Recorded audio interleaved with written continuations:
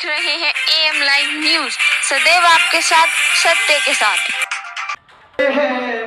ज्ञात रहे पीड़ा प्रतिकाल दहन हो, केवल खुशियों के बल याद रहे। पीड़ा प्रति बहुत आभार, बहुत शुक्रिया, बहुत नवाजी साहब की कि पीड़ा प्रतिकाल दहन हो, केवल खुशियों के पल याद रहे। आपको बता दें, हापुड़ के मोहल्ला कविनगर में प्रोफेसर जितेंद्र कुमार जीत के निवास स्थान पर कबीर साहित्य परिषद भारत के तत्वाधान में काव्य गोष्ठी कार्यक्रम आयोजित किया गया, जहां सर्वप्रथम तथागत गौतम बुद्ध व कबीरदास जी के चित्र पर पुष्प अर्पित कर दीप प्रज्वलित करते हुए कार्यक्रम का शुभारंभ किया गया और सभी उपस्थित कवियों ने अपने अपने विचार व्यक्त किए तथा रचनाएं पढ़ी। तो वही प्रोफेसर जितेंद्र कुमार जीत ने सभी कवियों को अपने द्वारा रचित एहसास जीत का काव्य संग्रह भेंट किया। तो वही कबीर साहित्य परिषद भारत ने प्रोफेसर जितेंद्र कुमार जीत को मुख्य सलाहकार बनाकर उनको सम्मानित किया। जनपद हापुड़ से चेतन कुमार की bureau report. AM live news में मैं चेतन कुमार, मैं पहुंचा हूं जनपद हापुड़ के एक छोटे से मोहल्ला कविनगर में, जहां जितेंद्र कुमार जीत के निवास स्थान पर एक गोष्ठी का आयोजन किया गया है, जो कबीर साहित्य परिषद भारत के द्वारा है। और वहां उनके पदाधिकारी हैं संस्था के, और संचालक भी हैं और अध्यक्ष में। उनसे मैं जानना चाहूंगा कि कबीर साहित्य परिषद भारत का उद्देश्य क्या है। आपका शुभ नाम? मेरा शुभ नाम डॉक्टर ईश्वर सागर, लोग मुझे बेखौफ सागर के नाम से जानते हैं। जो संस्था का उदीकरण हुआ है, ये किस मकसद को लेकर हुआ? हाँ, हमारे समाज में बहुत सारी प्रतिभा ऐसी हैं जिनको कोई मंच नहीं मिल रहा है। यहाँ एक पूंजीपतियों का इस वर्चस्व है लोगों में। इसे भाव हम देख रहे थे, हमारे समाज में बहुत सारे कवि हैं जो आप युवाओं को देख रहे हैं कि ये बहुत दिन भटक रहे थे। मेरे मन में यह था कहीं ना कहीं हाथ पकड़ने वाला आदमी चाहिए, और हाथ किस तरह पकड़ा जाए ये सोचने का विषय था। तब मेरे मन में आई, तो हमने कबीर साहित्य परिषद भारत का हमने एक नींव बुनियाद रखी, जिसकी बुनियाद पर ये सब लोग खड़े हैं। और हमारा लक्ष्य केवल यही है कि समाज में जो हमारी बिखरी हुई प्रतिभाएं हैं, कवि हैं, शायर हैं, उनको इस मंच पर लाकर उनकी पहचान कराई जाए और उनकी कलम को, उनके जुनून को और उनके विचारों को आगे तक भेजा जाए। आज जो गोष्ठी हुई है उसका मुख्य कारण क्या था? आज की मुख्य गोष्ठी कारण केवल यह था कि साल जा रही है, साल की विदाई है और नई साल आने वाली है। तो हमने इस गोष्ठी के माध्यम से संदेश दिया है कि अपने जहन से नफरत मिटा दीजिए। देश से बड़ा कोई नहीं होता, मानव से बड़ा कोई नहीं होता, और नफरतों में केवल जलन होती है, कहीं खुशियाँ नहीं होती। और दूसरा यह था कि हमारे जो डॉक्टर जितेंद्र कुमार जीत जी हैं, ये एक प्रोफेसर है अलीगढ़ में, और ये अभी हमारे साथ जुड़े हैं, हमारे सदस्य बने इसके। तो इनका बड़ा मन था कि मेरे घर पर एक काव्य गोष्ठी हो, तो इनके सम्मान में हमने काव्य गोष्ठी की है और यह इसके आयोजन रहे हैं। आपका शुभ नाम? जी, मेरा नाम डॉक्टर जितेंद्र कुमार है और मैं शिक्षक होने के साथ साथ थोड़ा कविताओं के क्षेत्र में भी कुछ हाथ आजमा लेता हूँ, क्योंकि ये पूरी जो कायनात है ये हमारे से कुछ कह देती है और हम उसे कलम से कागज़ पर उतार लेते हैं। बस सिर्फ इतनी सी बात है। आप दो बातों से आप करेंगे। देखिए, ये जो नाम है, मुझे नाम ही बेहद पसंद है, कबीर साहित्य परिषद।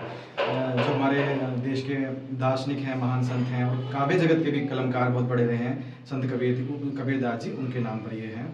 तो मुझे इससे जोड़ा गया है, डॉक्टर नरेश सागर जी ने मुझे इससे जोड़ा है, मुझे मुख्य सलाहकार नियुक्त किया है। तो आज काव्य गोष्ठी उसी संदर्भ में थी और इसका जो उद्देश्य है वो समाज की जो एकता है उसको कायम रखना, जैसा कि कबीर साहब का संदेश भी था। युवाओं के लिए क्या संदेश है? देखो, युवाओं के लिए संदेश मैं ये देना चाहता हूँ, क्योंकि आज हम देख रहे हैं हमारे समाज में, परिवारों में बहुत बड़ा एक लड़ाइयाँ हैं, कटाव है, मन के भेद हैं। मैं तो कहता हूँ कि पूरे विश्व में ऐसा हो रहा है। मैं एक शेर पढ़ूंगा कि धरा धरा से बट रही, बुझा बुझा से कट रही, नियति अतीत के पृष्ठ फिर उलट रही और फिर बयान कर रही है युद्ध की विभीषिका, फिर मनुष्य के सहित मनुष्यता निपट रही। तो ये जो मनुष्यता है इसको कायम रखना इसका मूल उद्देश्य है।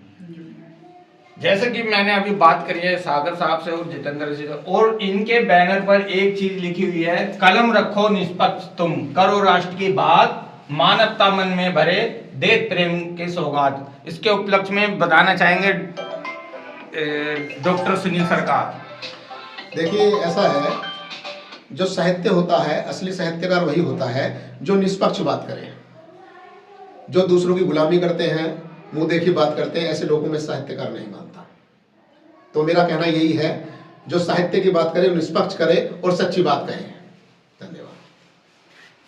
हाँ जी, और एक साइड ये लिखा हुआ, गुरु गोविंद दो खड़े, काके लागो पाए, बलिहारी गुरु आपने गोविंद देव बताए, आपका शुभ नाम, इस बारे में आप क्या? मेरा नाम विजय वर्मा है और मैं कबीर साहित्य परिषद भारत में सभी लोगों को जुड़ने के लिए प्रेरित करता हूं और उम्मीद करता हूं कि सभी एक मंच पर एकत्रित होकर अपनी जो आवाज़ है, वैचारिक क्रांति जो हमें आज समाज में लानी है, उसकी आवाज़ हमें एक साथ मिलकर उठानी चाहिए। और एक हमारे युवा कवि हैं इंकलाब, ये नाम से मशहूर हैं, ये अब शुभ नाम बताएंगे खुद। हाँ जी, स्वागत है आपका। मेरा नाम अंकित इंकलाब है। मैं एक देश कवि होने के नाते और अपना वकालत भी करता हूँ, LLB का स्टूडेंट हूँ। मैं कबीर साहित्य परिषद से जुड़ा क्योंकि कबीर साहित्य परिषद में हमें अपनी भावना को और अपने अंदर छिपी प्रतिभा को निकालने का मौका मिला। जैसे आप युवा कवि हैं, युवाओं के लिए क्या संदेश देना चाहोगे? मेरा संदेश युवाओं के लिए ये रहेगा कि आप किसी की बात को सुनकर अचानक से भावुक ना हो, लड़े नहीं, आप उस चीज को समझकर, पढ़कर उसके बाद अपना निर्णय लें कि देश किसी एक व्यक्ति की बुद्धि से नहीं चल सकता। आपको अपना प्रयत्न लगातार करना चाहिए और पढ़कर ही किसी भी चीज का अनुभव करना चाहिए। और हमारे साथ हैं मुकेश प्रजापति जी, और उनसे जानना चाहेंगे हम दो बातों के साथ।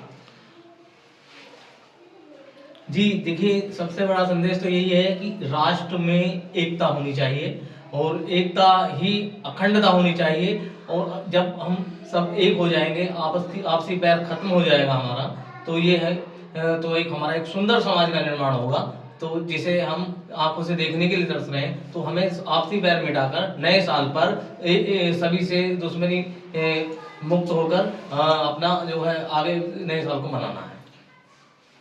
कबीर साहित्य परिषद भारत द्वारा जो गोष्ठी आयोजित की है, इसका मुख्य उद्देश्य यही है कि जितने भी छोटी प्रतिभाएं, चाहे वो कवियों के माध्यम से हो, चाहे वो आर्टिस्ट के माध्यम से हो, कोई शायर के माध्यम से हो या शिक्षा पर, लेकिन उनकी प्रतिभाओं को उभारने के लिए हमें अवसर प्राप्त हुआ है और हम AM लाइव न्यूज के माध्यम से आपको ये चेतन कुमार, धन्यवाद।